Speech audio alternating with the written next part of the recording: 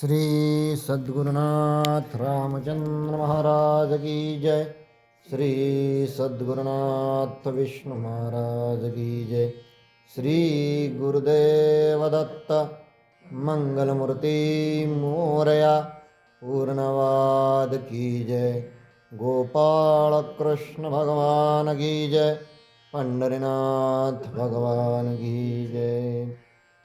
गोरक्षजालन्धरजर्बडाश्च अड्भङ्गकाने फमचिन्द्राद्यः चौरङ्गिरेवानकभद्रेरसंज्ञा भूम्यां बभ्रुवोन्नवनाथसिद्धः गणेशप्रिया योगिराजा समर्था महातापसी पूर्णवादप्रणेता तया पावना पौर्णिमा पूर्णचंद्रा नमस्कार माझा सद्गुरु रामचंद्र। बुद्धिदाता मंगलमूर्ती श्री गजानन पूर्णवादाचार्य परम पूजनीय जीवन सम्राट सद्गुरु समर्थ डॉक्टर रामचंद्र महाराज पूर्णवाद वरदेशनो शिष्यवत्सल सद्गुरुनाथ विष्णु महाराज सती सौभाग्यवती मनकर्णिका माता सती सौभाग्यवती विमल माता या देवालयाच्या अधिष्ठात्री देवता पांडुरंग रुक्मिणी आदरणीय गुणेश दादा आदरणीय प्रज्ञावंत डॉक्टर लक्ष्मीकांत दादा मोक्षश्री विभावरीताई माझे पूर्णवादी शिक्षक माझे वडील तीर्थरूप कैलासवासी अण्णा माझे पुराणाचे गुरु आदरणीय वेदमूर्ती विनायक काका बाबरेकर गुरुजी व इथे उपस्थित सर्व मातृचरणांच्या चरणी नतमस्तक होऊन मी माझ्या आजच्या अभ्यासाला सुरुवात करत आहे। ग्रंथ श्री नवनाथ भक्तिसार अध्याय 25। श्री गणेशाय नमः। जय जयाजी वासुदेवा वासनद्वासुदेवा माया अवयवा हृणीतु ते माधवा सगुणस्थिती विराजे हे चक्रचालका यदुपती व्यदवी आता रसाळयुक्ती जेने श्रुते आनंद भावदी नवरसा ते वेदुनिया मागील अध्याय भर्तरीनाथ अवंतिकेला व्यवसायते ते जननादी पाळनिथाश्रुत वद्विले महाराजा या पुरे कथा गहन वद्वी नवरसा सुढाळपण ऐसे वदता रुक्मिणीरमण संतोष चित्ती जागला झाला तरी आता श्रुती कथा स्वीकारा श्रवणार्थी व्यावसायिक घेऊन भरतरी प्रदे अवंतिके शिवातला। आपण मागच्या 2 अध्यायामध्ये बघितलं की 23व्या अध्यायामध्ये बघितलं की अरे कुछ डर तो नाही ना। आणि मग तेव्हा गोरक्षनाथांनी उत्तर दिलं की गुरुजी डर तो पीछे ही रह गया। या सोन्याच्या विटाची कथा आपण बघितली। आणि त्यानंतर मग गुरुजी जेव्हा रागावले गुरुजींनी जेव्हा शोक व्यक्त केला की तू कशी काय माझी ती सोन्याची वीट टाकून दिली तेव्हा त्यांनी सांगितलं प्रश्न फक्त सोन्याचाच आहे ना। आणि मग हे बघा आणि मग त्याच वेळेस त्यांनी समोरचा जो पर्वत होता या पर्वतावरती एक त्यांची विभूती अभिमंत्रून तिथे भिरकावून दिली आणि त्याच क्षणी तो संपूर्ण पर्वत त्यांनी सोन्याचा करून दिला। त्याच वेळेस गुरुंनी काय वाक्य वापरलं, अरे मी सोन्याचं काय करू म्हणे, माझ्याकडे तर तुझ्यासारखा परीस आहे म्हणे, मला त्याची गरज नाही। ही कथा आपण 23व्या अध्यायात बघितली आणि 24व्या अध्यायात मग आपल्या भर्तरीनाथांचा जन्म झाला की कशा पद्धतीनं ती उर्वशी एकदा संध्याकाळच्या समयी सायंसमयी ती त्या दिव्य अशा विमानात बसून आकाशातनं ती चाललेली असताना सूर्याची दृष्टी तिच्याकडे पडली। आणि त्यानंतरची पूर्ण भर्तरीनाथांची कथा आपण कालच्या अध्यायात बघितली। आणि त्यानंतर हे बघितलं की ज्या एका व्यक्तीनं ज्याचं नाव जो जाट होता जो भाट होता त्याने जसं यांना बघितलं आणि मग त्याने त्याचं पालन पोषण केलं आणि त्यानंतर एके समयी हा 16 वर्षाचा झाला असताना ते प्रवास करत असताना त्यांचा वध झाला आणि भर्तरीनाथ मात्र एकटा राहिला।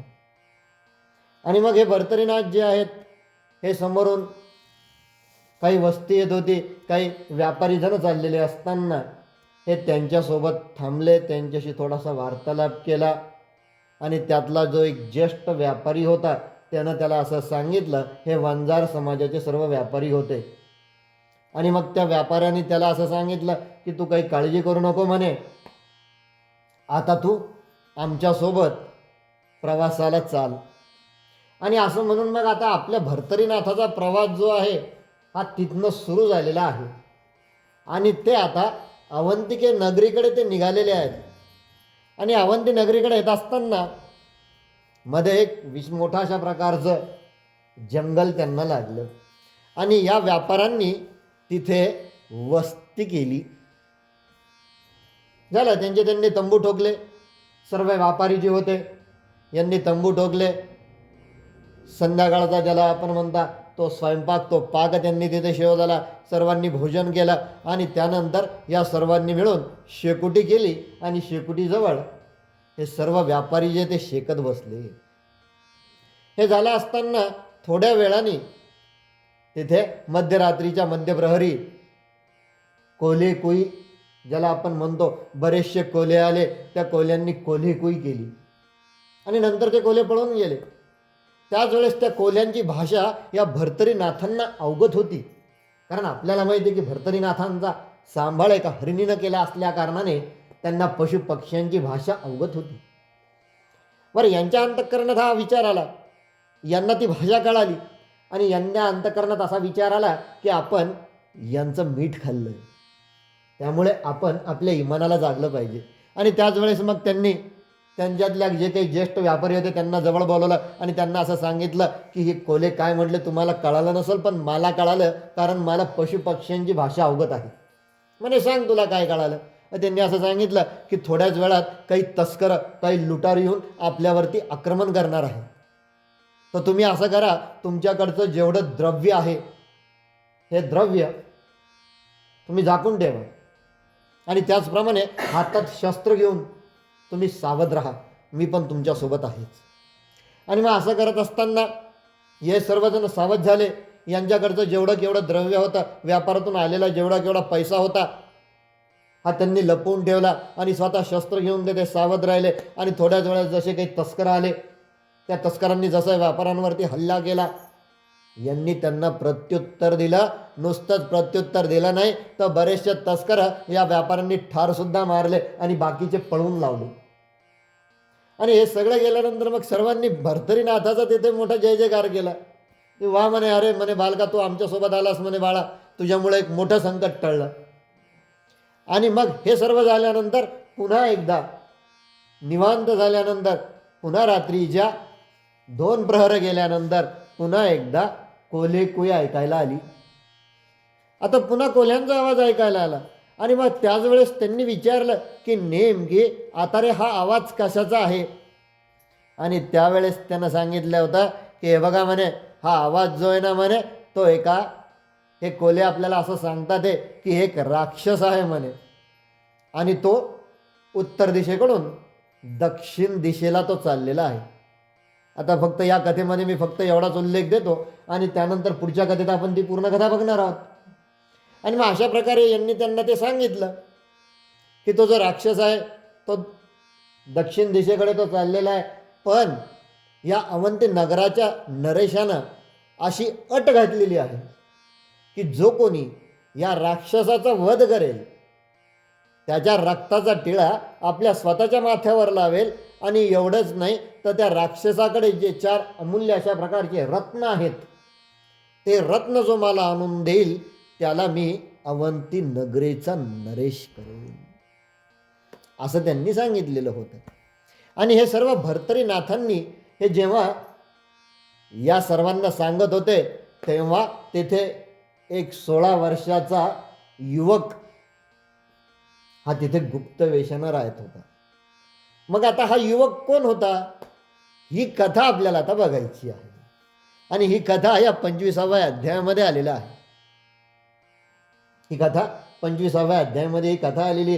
हा युवक म्हणजे राजा विक्रमादित्य. मग या युवकाने पुढे काय केलं, हे जसं या युवकाने भर्तरीनाथांच्या मुखातनं ऐकलं तसं पटकन हा युवक गेला त्या राक्षसाच्या पाठीमागून युक्ती प्रयुक्तीनं त्याच्यावरती खड्गाचा वार केला. त्याचबरोबर तो राक्षस जो होता हा मुक्त झाला. हा राक्षस म्हणजे अर्यमा नावाचा हा गंधर्व होता. अर्यमा त्याचं नाव होतं.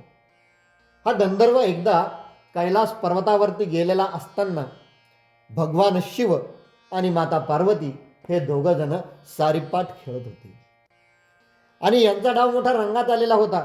आणि त्यावेळेस शिवानी एक डाव माता पार्वतीनं जिंकला. आणि दुसरा डाव पुन्हा टाकल्यानंतर शिवाला त्यांनी विचारलं की फासे कितीचे पडले. त्यावेळेस खरोखर फासे जे होते ते 12 पडलेले होते. हे माता पार्वतीनं सुद्धा बघितलं. पण यांना डाव जिंकण्यासाठी 18 लागत असल्या कारणाने भगवान शिव तेथे 18 वधले. आणि मग भगवान शिवाची साथ यांनी दिली, गंधर्वांनी दिली. आणि मग या गंधर्वांनी दिल्यानंतर या गंधर्वांनी सांगितलं की नाही नाही 18 फासे पडले. आणि त्याच वेळेस माता पार्वतीनं त्याला पुढे शाप दिला की तो मृत्यूलोकी जाऊन तो दुष्ट अशा प्रकारचा राक्षस होईल. आणि मग तो बिचारा आता गावायावा करायला लागला. भगवान शिवाच्या पाया पडला. म्हणे महादेवा म्हणे मी तर तुमची बाजू घेतली म्हणे, माझ्यावरती मातेने एवढा मोठा आळा घेतला म्हणे, मग मला आता वाचवा म्हणे तुम्ही. आणि मग तेव्हा त्यांनी सांगितलं की मी तुला आता असा उशाप देतो की आता तूही गंधर्व आहेस. आणि त्याचप्रमाणे चित्रसेन गंधर्वाचा जो पुत्र असेल ज्याचं नाव विक्रमादित्य असेल, या विक्रमादित्याच्या हातानं ज्यावेळेस तुझा वध होईल त्यावेळेस तुझी मुक्तता या शापातून होईल. तुर्तास आता मातेच्या शापाचा तू स्वीकार कर. आणि असं म्हणून तो महीवरती आला, भूमीवरती तो आला. आणि मग तो पुढं राक्षस झालं. ही कथा संपली. आणि मग आता यांची कथा सुरू होतीये.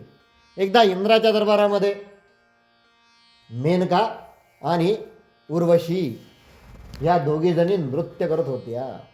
दरबार इंद्राचा, त्यामुळे सर्व देव तिथे उपस्थित होते. त्याच वेळेस चित्रसेन गंधर्व सुद्धा तिथे उपस्थित होता. आणि नेमके मेनकेचं ते सौंदर्य बघून चित्रसेन गंधर्वाचा स्वतःवरचा ताबा सुटला.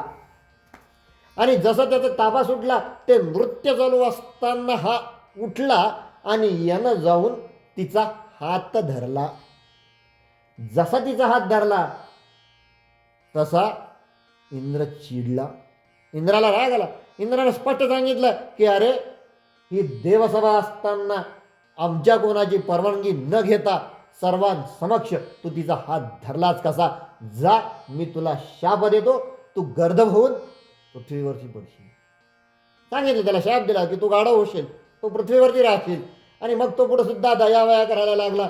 आणि महाराज मला काहीतरी आता उशाप द्या, शेवटी मी तुमचंच लेकरू आहे. जरी चुकलो म्हणे मी, जरी माझ्या स्वतःच्या मनावरचा शरीरावरचा जरी माझा ताबा सुटला तरी तू आईसारखी आहेस, मी लेकरासारखा आहे. देवा तू राजा आहेस, आम्ही प्रजा आहे, आमचे अपराध तू नाही पोटात घालणार तर कोण घालणार?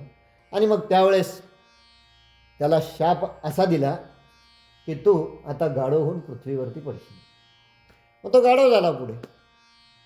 आणि नेमकी तो गाढव झालेला असताना तो या अवंती नगरीच्या एका गावामध्ये आला. आणि कमठ नावाचा एक कुंभार तेथे राहत होता. या कुंभाराच्या दारात तो येऊन उभा राहिला. आता कुंभाराला आपल्याला माहिती आहे की कुंभार म्हटलं म्हणजे त्याची संपत्ती म्हणजे काय असतं, हे गाढवन मडके.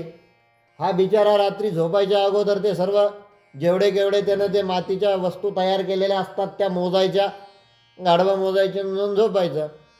पण असे काही दिवस आनंदानं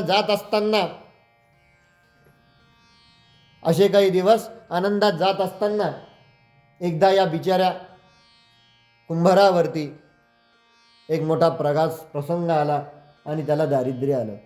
त्याला दारिद्र्य आल्यानंतर यानं काय केलं, त्याचे सर्व जेवढे काय एवढे त्याचे गाढवं होते हे त्यानं विकून टाकले. फक्त हा एकच गाढव तेथे त्यानं शिल्लक ठेवला. क्षमा असावी माझ्याकडून. आत्ता त्या गंधर्वाचं नाव चुकलं, सुरोचन नावाचा तो गंधर्व होता. आणि यानं ते गाढवं सगळे विकून टाकले. हा एकच गाढव यानं ठेवला. आणि त्यानंतर हे दोघं पतिपत्नी रात्री झोपण्यासाठी त्यांच्या शयनगृहात गेले, अंतःपुरात ते गेले. आणि त्यानंतर 2 प्रहरी याला आवाज आला की अरे उठ, अरे कमठा उठ, मालक एक काम करा, या देशाचा राजा जो आहे त्याच्या पुत्रीशी माझा विवाह करा, त्याच्या पुत्रीशी माझा विवाह तुम्ही करून टाका. तिचं नाव होतं सत्यवती. त्या सत्यवतीशी माझा विवाह तुम्ही करून टाका. आणि ते कुंभार बिचारा घाबरला. तो कुंभार बाहेर आला, पाहतो तर मनुष्य कोणीच नाही. हा पुन्हा जाऊन झोपला. पुन्हा दुसऱ्या रात्री हाच प्रकार घडला. तिसऱ्या रात्रीसुद्धा हाच प्रकार घडला. याच्या कानावरती रात्रीचे 2 प्रहर झाले की हाच आवाज याच्या कानावरती यायचा की मथुरेचा राजा जो आहे सत्यवर्मा, याची सुंदर कन्या जी सत्यवती, तिच्याशी माझा विवाह लावून दे. हा घाबरला. याला वाटला अरे एखादा काय भूत वगैरे पिशाच वगैरे आला की काय इथे. मग यानं थोडीशी हिंमत केली. 5व्या रात्री हा तिथं स्वतः त्या ओट्यावरती बसून राहिला आणि जसा हा बसून राहिला तसं याला असं जाणवलं की इतर कोणी बोलत नसून हे गाढवच बोलतोय. पण याला एवढी सुद्धा बुद्धी नव्हती की अरे तो प्राणी असताना तो बोलतो कसा. ही बुद्धी याच्याकडं नव्हती. त्याच्यामुळं हा घाबरून गेला. बरं, याला असं वाटलं की हे गाढव जर उद्या गावात जाऊन बोललं आणि राजाला कळालं हे गाढव कोणाचं, तर या कमट नावाच्या कुंभाराचं. मग तो काय करेल, मला फाशी देईल, तो माझा वध करेल. ही भीती या कुंभाराला वाटायला लागली.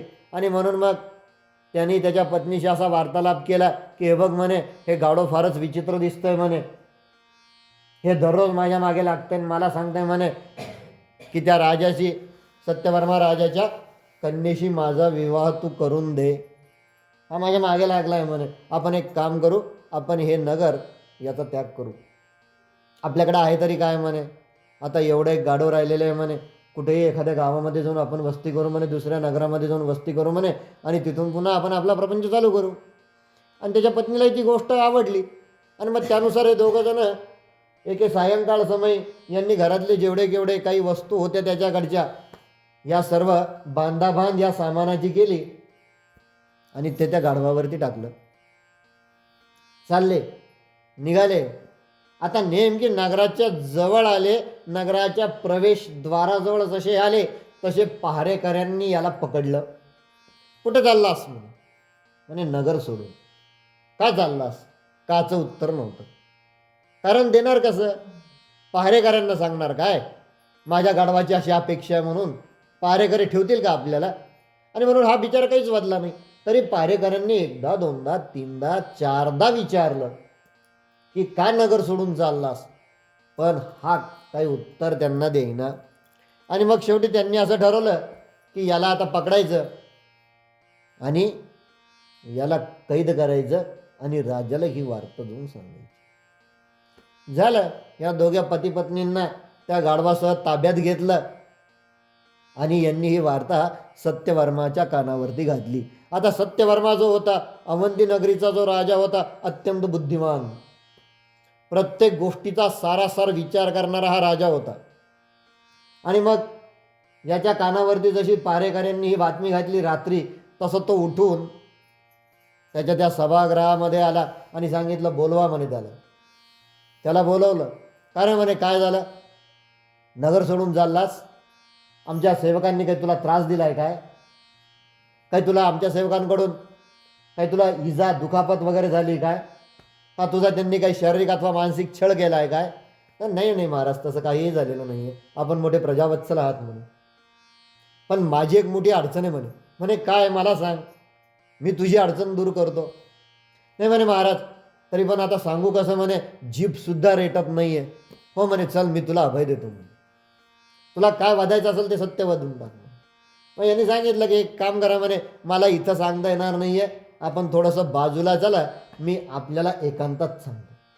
आणि मग हा बाजूला गेला आणि मग त्यानं एकांतात सांगितलं की हे बघा म्हणे, मी तरी पण पुन्हा एकदा तुमचे पाय धरतो म्हणे, तुम्हाला काय द्यायची असेल ती मला तुम्ही नंतर, मला याची काय अपराधाची शिक्षा द्यायची ते नंतर द्या, पण मी काय म्हणतो ते तुम्ही ऐकून घ्या. आणि राजाने त्याच्या पाठीवर हात ठेवला. अरे चाल म्हणे, मी तुला वचन देतो म्हणे, मी असं काही करणार नाही, पण अगोदर तू बोलतं खरं म्हणे, नेमकी तुला त्रास कसला आहे ते. आणि मग हा वधायला लागला. यानं सांगितलं महाराज, माझ्याकडे आता एकुलता एकच गर्दभ राहिलेलं आहे आणि हा गाढव जे आहे म्हणे, हे बरोबर रात्रीचे 2 प्रहर झाले की माझ्या मागे टुमणं लावते म्हणे. म्हणे काय, सत्यवर्माची जी एकुलती एक कन्या आहे सत्यवती, तिच्याशी माझा विवाह करून दे. आणि मग राजा ऐकतो. राजाला सुरुवातीला हसू येतं. अरे म्हणे, गाढव कसं बोलतो म्हणे. ठीक आहे म्हणे, जर निश्चित तुझं म्हणणं खरं असेल ना, तो जर खरंच गाढव असं वदत असेल ना, तर निश्चित तो कोणीतरी देव, यक्ष किंवा गंधर्व असू शकतो. त्याने बरोबर ओळखलं. आणि तो म्हणे आता एक काम कर म्हणे, तू आज रात्री इतर ठिकाणी न जाता पुन्हा तुझ्या घरी जा, तिथे या गाढवाला बांध, पुन्हा आजची रात्र जर गाढवा असं वाजला की माझं लग्न सत्यवारम्याच्या सत्यवशी नावाच्या कन्येशी तू माझा विवाह लावून दे. त्याच वेळेस याला अट सांगायची, याला असं सांगायचं की माझं आणि राजाचं गुप्त बोलणं झालेलं आहे, पण राजाची एक अट अशी आहे की एका रात्रीतून ही अवंती नगरी जी आहे ही पूर्ण ताम्रमय करून टाक, म्हणजे तांब्याची करून टाक. फक्त इतर अलंकार वगैरे जे आहेत ते सोन्याचे जे असे असतील तसे ते राहू दे, पण हे सर्व जेवढे केवढे महाल असतील अथवा घरं असतील हे सर्व तू तांब्याचे करून टाक. झालं. मग हा सुद्धा खुश झाला, राजा सुद्धा खुश झाला आणि हा बिचारा याच्या घरी निघून आला. यानं सर्व सामान पुन्हा एकदा आपल्या त्या जागेवरती ठेवून दिलं. रात्री हे दोघं जण पुन्हा त्यांच्या अंतःपुरात झोपले आणि त्याच वेळेस रात्रीचा 2 प्रहर झाला. पुन्हा गाढवानं आवाज दिला, अरे कमठा ऐकतोस का? हा लगेच पळत पळत बाहेर आला. बोला म्हणे गर्दभारा, बोला बोला गर्दभराज, सांगा म्हणे. नाही म्हणे, माझी इच्छा अशी आहे म्हणे की त्या सत्यवतीशी माझा विवाह लावून दे. हो म्हणे, मी बोललो म्हणे मग राजाला. हो का? मग काय म्हटले महाराज? आणि त्यांनी असं सांगितलं की एका रात्रीतून ही पूर्ण नगरी जी आहे म्हणे ही ताम्रमय करून टाक, तांब्याची करून टाक. आणि मग एवढं म्हटल्यानंतर तो गाढव हसायला लागला. अरे काय म्हणे तुझा राजा म्हणे, बुद्धी फिरली काय म्हणे त्याची? अरे मागायची तर सुवर्णाची मागायची, हिरे मानकाची मोत्यांची मागायची म्हणे, ताम्राची काय मागितली म्हणे? ठीक आहे म्हणे, जा म्हणे तू झोप म्हणे, बघ म्हणे सकाळी होईल का नाही, नाही तर हा निरोप आत्ताच्या आत्ता तुझ्या राजाला नेऊन दे, की उद्या सकाळी तू जसा उठशील तसं जिकडे पाहशील तिकडे सर्व वस्तू तुला ताम्रमय झालेली दिसेल. आणि मग हा पळत पळत गेला. तोपर्यंत या सुरोचन नावाच्या गंधर्वांनी विश्वकर्म्याला पाचारण केलं आणि विश्वकर्म्याला सांगितलं की हे बघ म्हणे, आत्ताच्या आत्ता ही पूर्ण नगरी ताम्रमय करून टाक. ठीक आहे म्हणे, जशी आज्ञा. आणि जसं दुसऱ्या दिवशी राजा उठला आणि राजानं बघितलं की सर्व नगरी जी आहे ती आता ताम्रमय झालेली आहे. त्याच वेळेस राजानं 2 क्षण त्याचे नेत्र मिटले, डोळे मिटले आणि पटकन पळत पळत पळत तो सत्यवतीच्या महालात गेला. आणि त्यानं तिला सांगितलं की हे बघ म्हणे, असं असं त्यानं पूर्ण ही कथा सांगितलेली आहे. आणि निश्चित ज्या अर्थी हे सर्व एका रात्रीतून त्यानं तयार केलेलं आहे त्या अर्थी तो मनुष्य प्राणी नाही आहे, तो कोणीतरी शापित देव, गंधर्व अथवा कोणीतरी यक्ष तो असू शकतो. म्हणून आता बाळ मी काय सांगतो ते ऐक म्हण. त्याची इच्छा आहे ना तुझ्याशी विवाह करायची, तू विवाह कर आणि कदाचित विवाह झाल्यानंतर तो पुन्हा एकदा त्याच्या मूळ स्वरूपात प्रकट होईल. ती सुद्धा आज्ञाधारक होती, तिनंही ऐकलं. ठीक आहे म्हणे महाराज, पण यानं तुमची बदनामी तर होणार नाही ना, की राजानं त्याच्या कन्येचा विवाह म्हणजे राजकन्येचा विवाह एका गाढवाशी लावला. नाही नाही म्हणे, आपण एक काम करूया, मी असं करतो, त्या कुंभाराला आत्ता बोलावणं धाडतो, त्याला बोलवून घेतो, त्या कुंभारासोबत तू जा आणि या नगराच्या बाहेर गेल्यानंतर तुम्ही गांधर्व पद्धतीनं विवाह करा. मग तर झालं म्हणे. आणि बघ म्हणे, नेमकी मी जे म्हणतोय तेच होईल. चल म्हणे, मला पण एकदा जावयाचं तोंड बघू दे. असं म्हणून आता राजा पण निघाला कन्येला घेऊन. रात्रीची वेळ होती, राजानं वेषांतर केलेलं होतं. दिवसा गेले असते तर लोकांनी राजाला नाव ठेवलं असतं. रात्रीच्या समयी राजा वेषांतर केला आणि राजा जाऊन बघतो तो काय, अत्यंत धवल शुभ्र अशा प्रकारचं ते गर्दभ. राजाने गेल्या गेल्या त्याला नमस्कार केला. नमस्कार जावई बापू. आणि तिकडून तो गर्दभराज सुद्धा म्हणला, नमस्कार महाराजा, नमस्कार म्हणे सासरी बुवा. आणि असं म्हटल्यानंतर त्यालाही कळालं की नाही, हा कोणीतरी दिव्य आहे. आणि मग त्यानं थोडंसं जे आपल्याकडचे जे धन होतं ते त्या कामठाला दिलं आणि त्याला सांगितलं की तू ही नगरी सोडून दुसऱ्या नगरामध्ये तू जा. त्या कुंभाराला सांगितलं. आणि त्याच वेळेस त्या गाढवानी मनुष्यवाणीनं त्या सत्यवर्मा राजाला सांगितलं की मी सुरोचन नावाचा श्रेष्ठ गंधर्व आहे.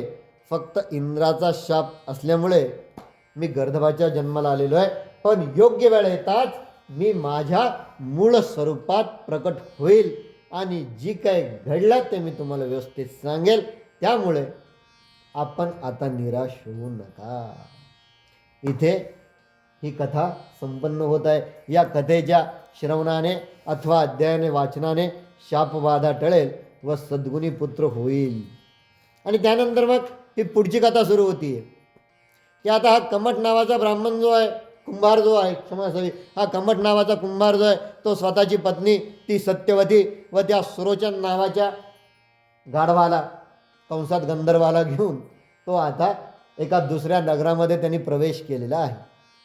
आणि जसं त्यांनी प्रवेश केला, अवंतीपासून दूर ठिकाणी राहायला लागले, तेव्हा मग यांनी जशी वस्ती केली, कारण मनुष्य वस्ती करतानाही जिथे मनुष्यांची वस्ती असते अशा वस्तीतच हा वस्ती करत असतो. आणि जसं या कुंभाराला इतर लोक बघत तेव्हा त्यांना संशय येत की अरे हा दिसतोय कसा, पती पत्नी दिसत आहेत कसे आणि पुत्री कशी दिसती, नेमकी याचं नीचं नातं काय. शेवटी जन असते, तोंडावर थोडी कोणाच्या बोट ठेवणार आपण. लोक विचारायला लागले कोण आहे, हा सांगायचं ती माझी कन्या आहे, माझी कन्या आहे ती, तुम्ही काही काळजी करू नका, ती माझी कन्या आहे. आणि मग एके रात्री ठरल्याप्रमाणे यांनी तिचा त्या गाढवासोबत गंधर्व विवाह लावून दिला. झाला, दोघांचाही विवाह झाला. आणि मग एक दिवस कमट राजाला तो गाढव असं बोलला की गंधर्वराज, सत्यवती कुठे आहे, असं तो विचारत असताना त्याच वेळेस मग हा कमट जो होता, आता हा आतापर्यंत पूर्ण वैतागलेला होता. आणि मग आता यानं ठरवलेलं होतं की आज त्या सुरोचन गंधर्वाकडे बघायचंच म्हणे.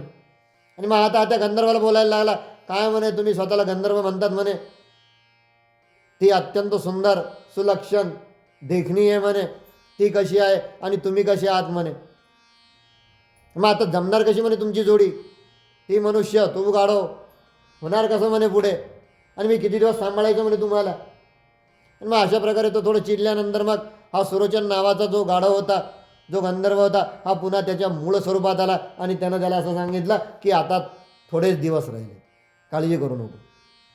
आणि मग हा असं जसं वाढला तसं या कमठाला त्याची स्वतःची चूक कळाली. आणि या कुंभाराने मग त्या गंधर्वाचे पाय धरले, म्हणे क्षमा कर, मी तुला उगीच त्रास दिला, तुझ्या शरीरावरती माझ्या घराचं सर्व सामानाचं ओझं टाकून मी तुला छळलं म्हणे, तुम्हाला क्षमा कर. अरे असू दे म्हणे, मी सुद्धा तो शेवटी शापच होता ना म्हणे माझा, मी कुठं असा दिव्य पराक्रम केला होता म्हणे, असू दे म्हणे, ते काही तू मनात आणू नको म्हणे, पण आता ती योग्य वेळ आलेली आहे. आणि म्हणून आता एक काम कर की सत्यवतीला ऋतू प्राप्त झालास की 4 दिवसानंतर तू मला येऊन सांग. झालं, ठरल्याप्रमाणे जसं सांगितलं तसं झालं. त्यानंतर बराचसा कालावधी या गाढवाने त्याच्या मूळ गंधर्व स्वरूपात येऊन तिच्यासोबत व्यतीत केला. आणि मग एक सुंदर असं दिव्य बालक त्यांच्या पोटी जन्माला आलं. आणि मग ते बालक जसं जन्माला आलं, त्यांचं मिलन झालं, ते पुत्र जसा तो पुत्र जन्माला आला, त्याच वेळेस इंद्राने वरतून दिव्य विमान पाठवलं.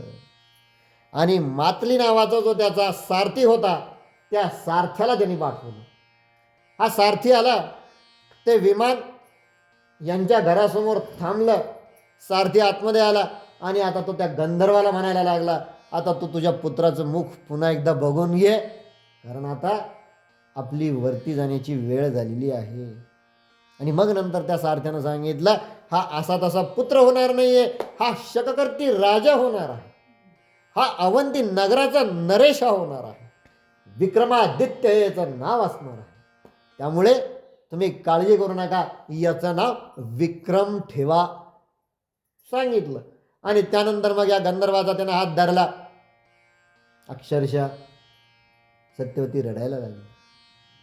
आणि मग त्यानं सांगितलं, काळजी करू नको, तू जेव्हा जेव्हा माझं स्मरण करशील तेव्हा तेव्हा मात्र मी येईल, पण तू काळजी करू नको, या बाळाचा नीट पालन पोषण तू कर. झालं, कारण आज माझी या शापातून सुटका होत आहे, त्यामुळे मी आनंदी आहे. आणि नंतर मग पुढे हा विक्रमादित्य जो आहे हा या कुंभाराच्या घरीच लहानसा मोठा झाला. अनेक प्रकारचे शस्त्र अस्त्र.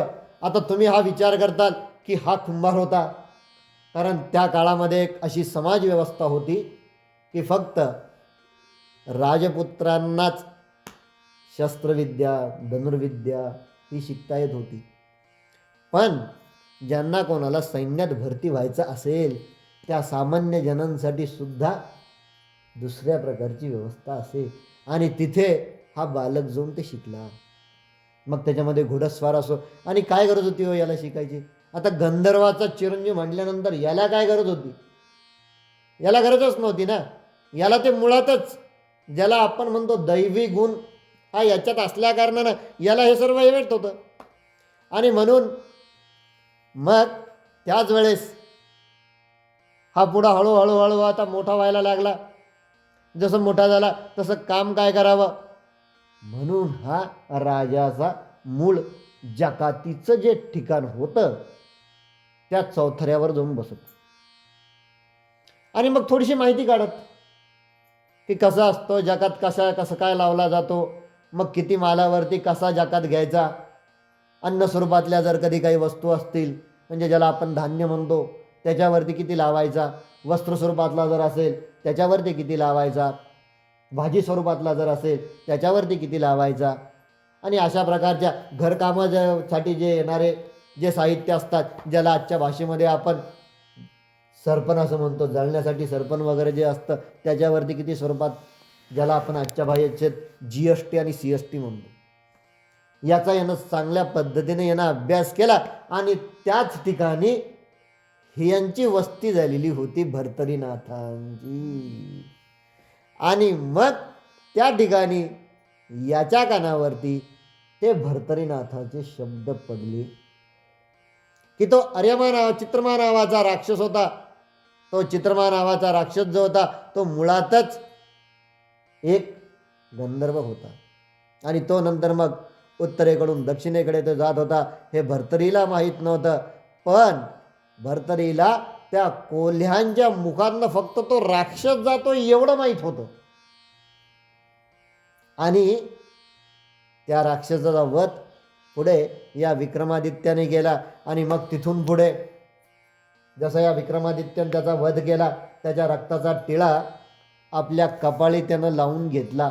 आणि नुसतंच कपाळी लावला नाही तर त्याच्या हातामध्ये जे 4 रत्न होते ज्याच्यामध्ये चिंतामणी, कामद, वैडूर्य आणि हिरा ही 4 रत्न त्याला होती. आणि लगेच जाऊन त्यानं तिथल्या त्या राजाला ती 4ही रत्न दाखवली आणि त्यांना सांगितलं की त्या राक्षसाचा मी वध केला. झालं.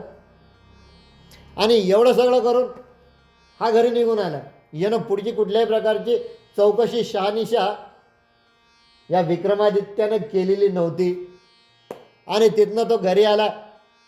घरी यायच्या बेतात होता. सहज येता येता रस्त्यामध्ये पुन्हा एकदा याला या व्यापाऱ्यांची याला टोळी दिसली. आणि हा तिथं आला. तिथं आल्यानंतर मग यांनी मोठ्या चालाखीनं एका व्यापाऱ्याला जवळ बोलवलं आणि त्याला असं सांगितलं की तुमच्या व्यापारावरची पूर्ण जकात जी आहे ही मी कमी करतो अथवा तुम्हाला भरू देणार नाही. पण माझं एक काम करा. आणि काय, यामध्ये एक 16 वर्षाचा एक तरुण आहे, त्याचं नाव भर्तरी आहे. तर माझी त्याची फक्त ओळख करून द्या किंवा या सर्वाच्या बदल्यात त्याला तुम्ही इथं ठेवा. तुम्ही व्यापारासाठी दुसऱ्या गावाला तुम्ही जा, दुसऱ्या नगरात तुम्ही जा. आणि मग त्याच वेळेस त्या व्यापाऱ्यांनी सुद्धा ते ऐकलं. त्यांना तर आनंदच झाला, कारण एक तर त्यांचा जकात माफ होणार होता.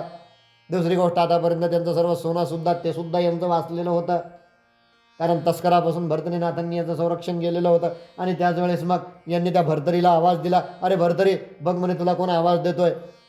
आणि मग विक्रमादित्याचं असलेलं त्याचं ते असलेलं गांधर्व ते तेज आणि यांचं असलेलं सूर्याचं तेज, दोन्ही तेज म्हणतात ना अंतर्निष्ठाच्या खुणा अंतर्निष्ठ जाणती. आणि जसं दोघांनी एकमेकाला याचं अवलोकन केलं, आपसुकपणे ज्याप्रमाणे चुंबकाकडे लोखंड हे अलगद जातं, त्याप्रमाणे हे दोघंजणं एकत्र आले. आणि मग विक्रमादित्याने त्याचा हात धरला. चल म्हणे, तू माझ्या घरी चल म्हणे. मी तुझ्या घरी येऊन मी काय करू म्हणे. मग आता तुला आहे तरी कोण रे म्हणे. मग यानं सांगितलं, भर्तरीनाथांनी मग सर्व त्यांची कथा सांगितली की असं असं झालं म्हणे. माझे माता पिता होते म्हणे. एकदा ते प्रवासात पिता गेलेले असताना त्यांच्यावरती काही तस्करांनी हल्ला केला, त्यामध्ये पिताश्रींचा वध झाला. पण ही गोष्ट जशी माझ्या मातेला कळाली तसं ती नंतरसुद्धा ती गतप्राण झाली. आणि मग काय करावं या विवेचनात मी असताना या सर्व व्यापारी लोकांचा ताफा मला दिसला. यांनी मला जवळ ठेवून घेतलं. माझी खायप्यायची यांनी व्यवस्था केली. तुला फक्त खायप्यायचं आणि राहण्याचं ठिकाण लागतं ना, मग माझ्यासोबत चल ना, मी आहे ना. मग आपण आजपासून दोघंजणं भाऊ म्हणून राहू. आणि असं म्हणून मग विक्रमादित्याने त्याचा हात धरला, त्याला घराजवळ आणलं आणि आईला आवाज दिला. अगं आई बघ म्हणे, माझा मित्र आला. आई म्हणे, हो म्हणे बाळ, तू दररोज कोणाला कोणाला आणतोच रे म्हणे. आता विक्रमादित्य असते, राजा असते, आणणारच, एकटे थोडी जेवणार. मग आई सांगितलं, ठीक आहे म्हणे बाळ, तू नेहमी दररोज कोणाला आणतो, ठीक आहे म्हणे, हातपाय धुवून दोघंजणं आत या. मग त्यांनी हातपाय धुतले, दोघंजणं आतमध्ये गेले. दोघंही जण जेवायला बसले. या सत्यवतीनं दोघांना जेवायला वाढलं. तेव्हा तीसुद्धा याच्या मुखाकडे, भर्तरीनाथांच्या मुखाकडे तीसुद्धा एकटक बघत होती. आणि तिलाही असं वाटलं की खरंच आजपासून मला एक मुलगा नाही आहे, तर मला 2 मुलं आहे. कारण भर्तरीनाथांची जी शरीरयष्टी होती, जी त्यांच्या अंगावरची दिव्य अंगकांती होती ती, आणि या विक्रमादित्याची दोघांची सारखीच असल्या कारणाने तिनं या दोघांनाही नंतर जवळ ठेवून घेतलं. आणि अशा पद्धतीनं ही कथा येथे संपन्न होते. या अध्यायाच्या पठणाने अथवा श्रवणाने गोहत्येचं पातक नष्ट होऊन शत्रू नाहीसे होतात. हरे राम राम राम हरे हरे, हरे कृष्ण कृष्ण कृष्ण हरे हरे, हरे राम राम राम हरे हरे, हरे कृष्ण कृष्ण कृष्ण हरे हरे, हरे राम राम राम हरे हरे, हरे कृष्ण कृष्ण कृष्ण हरे हरे. श्री सद्गुरुनाथ रामचंद्र महाराज की जय. श्री सद्गुरुनाथ विष्णु महाराज की जय. श्री गुरुदेव दत्त मंगलमूर्ति मोरया. पूर्णवाद की जय. गोपाल कृष्ण भगवान की जय. पंढरीनाथ भगवान की जय. गुरुदेव दत्त.